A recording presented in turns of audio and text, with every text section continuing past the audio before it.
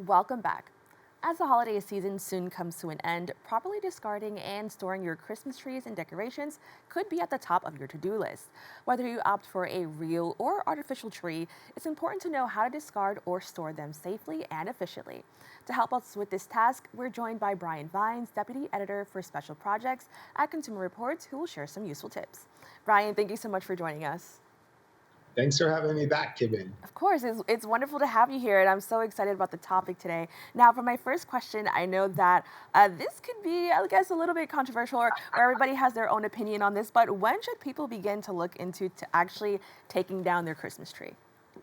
Okay, I had an aunt who put up her Christmas tree the night after Thanksgiving and took it down the day after New Year. But she had a manufactured tree, as they call them in the industry now. So she was on a schedule. But they generally recommend that if you have a living Christmas tree, a formerly living Christmas tree, that you should keep it around for about 6 weeks. But maintenance is important if you want to keep that tree viable for 6 weeks and not shedding all over your place. Well, thank you so much for sharing that. As somebody who's never had like a real tree, that was something that I did not know. Which kind of leads into my next question. If you do actually have a real Christmas tree, what is the time frame that it should be out of your house for proper disposal?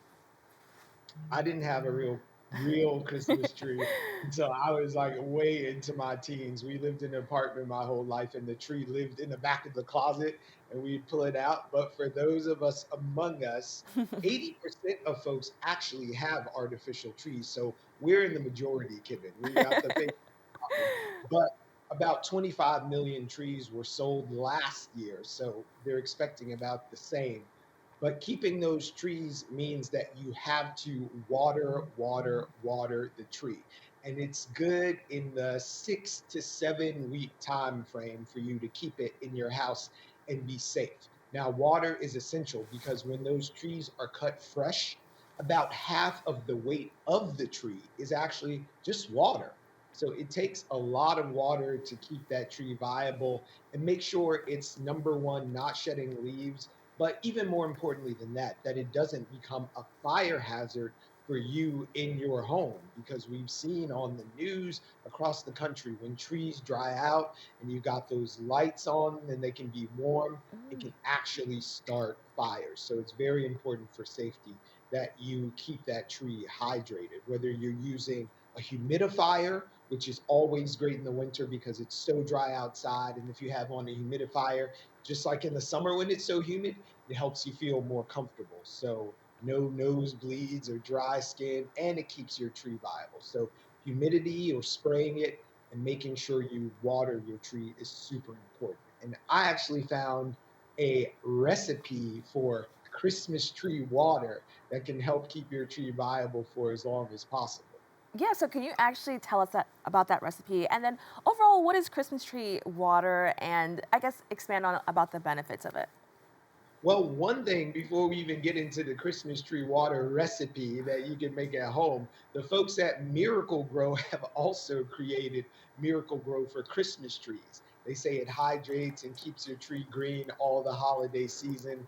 And you can find it on Amazon or down at the Home Depot. It comes in a little ornament shaped container. So, for all the folks who are not so DIY and want to be playing chemistry in the kitchen, make sure that you click on and maybe try out that Miracle Grow. But the most important thing is you keep it hydrated.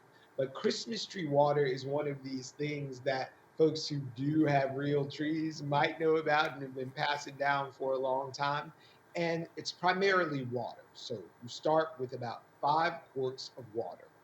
And to that water, you add 2 ounces of regular bleach, the same bleach that you use to make your whites whiter or to sanitize your kitchen.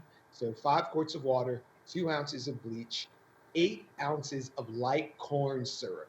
And that's the same corn syrup you might use to bake with or something to give the tree a little sugar to represent like the sap that's in it when it's out in the nature. And then you take 2 pinches of Epsom salt. That stuff your grandma used to soak in at night when her feet were hurting. Get that Epsom salt, the corn syrup, the Clorox, and the water. Just mix it all up and just store it in a cool, dry place and pour it into your Christmas tree as it requires it, which will usually be about daily. It will soak it right up and it keeps your tree green. And the bleach actually prevents bacteria from building up. It's just a tiny amount of bleach, so it's not going to hurt the tree, but it will counteract some of the natural bacteria that are around that might inhibit the tree from taking up as much. Well, you mentioned bleach, so I kind of wanted to expand on that. You mentioned the positive of using that, but I know some people, may fear the use of Mhm. bleach. Is there anything that they should be concerned about in regard to using the bleach? Well, number one, this is Christmas tree water. It's not people water. It's not dog water or cat water. So those Christmas tree stands has a reservoir in them.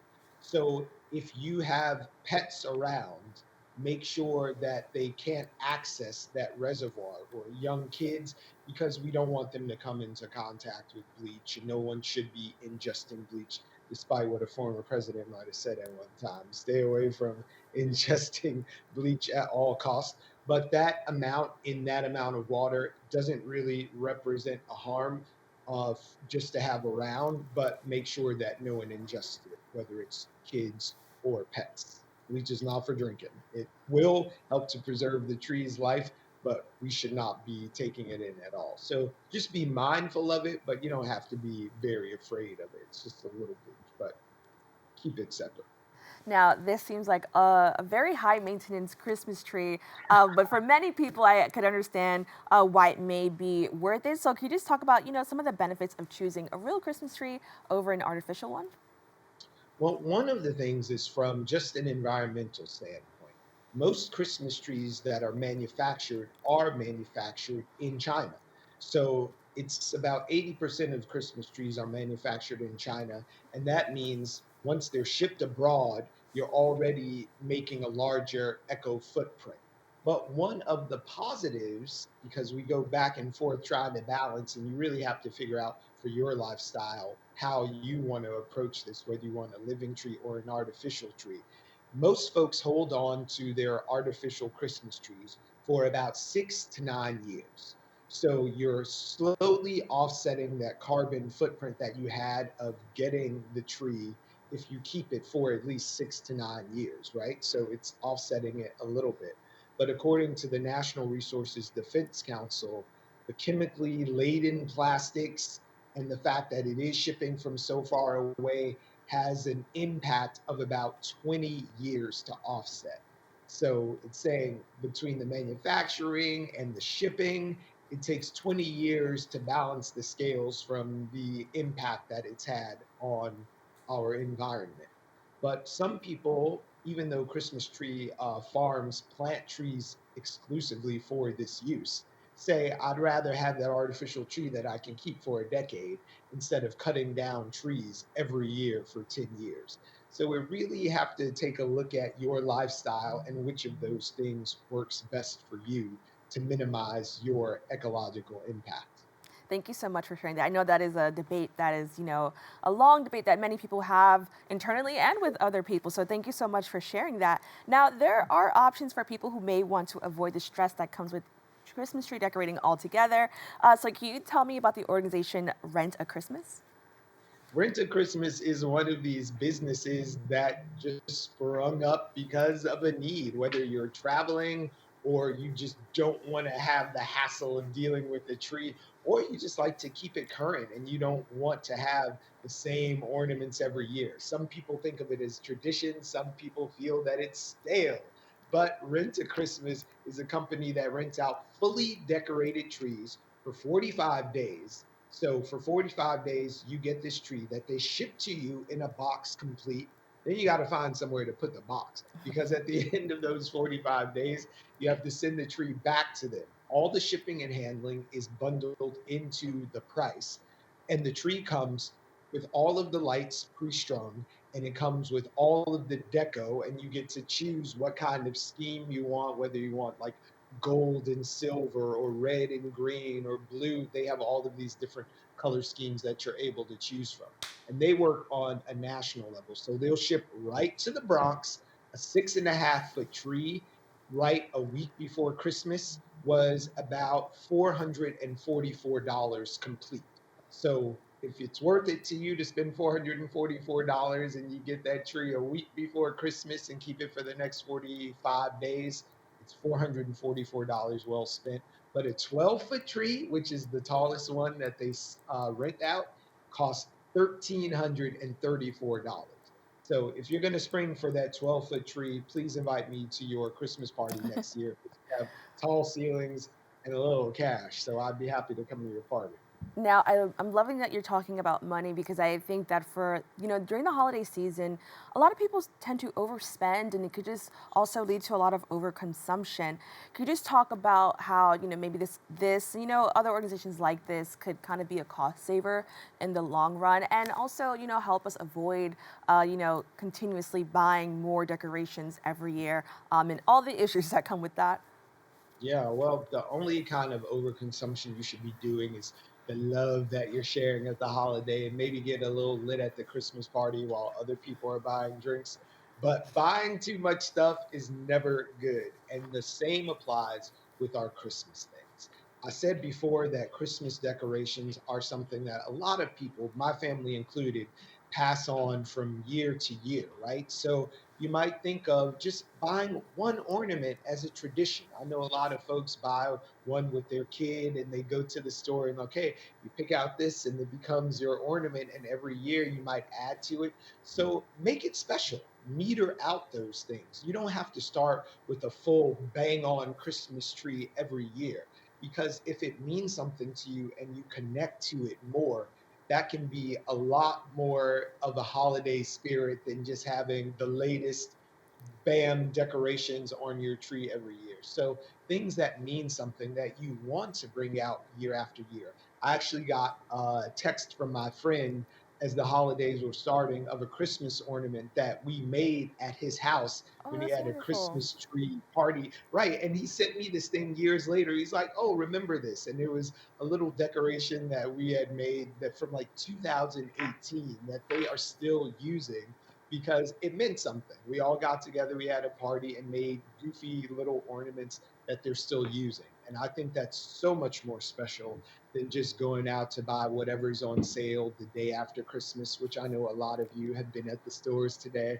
But it really is about making those moments special and not just piling on stuff because you'll have lots of things that you have no emotional attachment to and it just creates waste in the end of it. So really think about things that are special and investing in those moments instead of just buying stuff.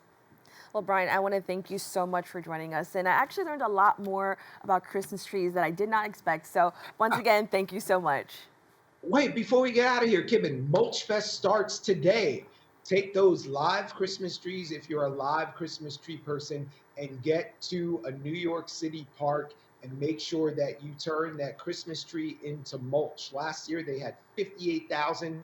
This year we're hoping to break that record. So Mulch Fest is happening at Soundview Park, at Metropolitan Oval Park, Chester, Van Cortlandt Park, so many parks around. Take your tree there and turn it into mulch to benefit New York City trees. Thank you so much for sharing that. I truly appreciate it. All right, have a great day.